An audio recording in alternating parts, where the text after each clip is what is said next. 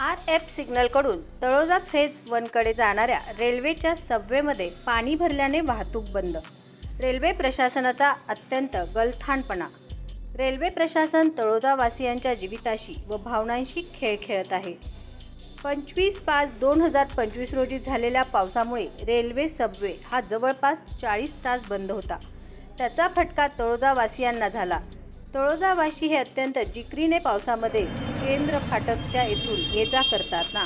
Railway फाटक एकसारखे बंद होत असल्याने त्यांना 15 मिनिटांच्या प्रवासासाठी 4-5 तास द्यावा लागला.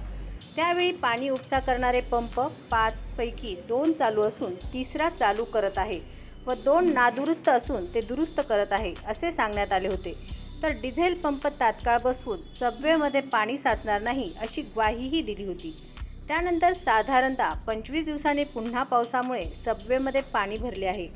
त्यामुळे पुन्हा वाहतूक बंद झालेली आहे.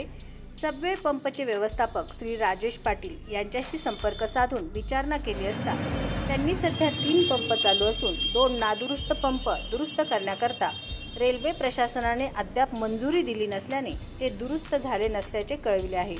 तर डिझेल पंपचे देखरेख करणारे श्री सिंग यांनी 25 दिवसानंतर देखील त्यांचे डिझेल पंप चालू नसल्याचे कळवून ते कॉन्ट्रॅक्टरशी संपर्क साधून चालू करून घेऊ असे उडवाउडवीचे उत्तर देत आहेत.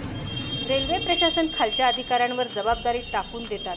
खालचे अधिकारी कॉन्ट्रॅक्टवर जबाबदारी टाकून देतात. त्यांच्याशी संपर्क साधल्यास ते एकमेकांवर ढकलून देतात. यावरून ते फक्त शासनाचा पैसा खाण्यापुरतेच मर्यादित आहेत. त्यांना तळोजा वासियांना सुविधा देण्यात कोणताही रस नाही.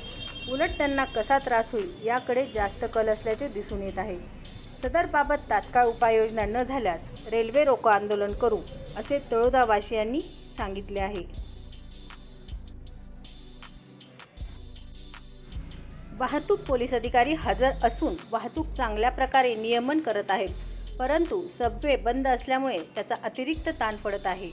रेल्वे प्रशासनाच्या गलथान कारभारामुळे पब्लिक व पोलीस दोघांनाही नाहक त्रास सहन करावा लागत आहे.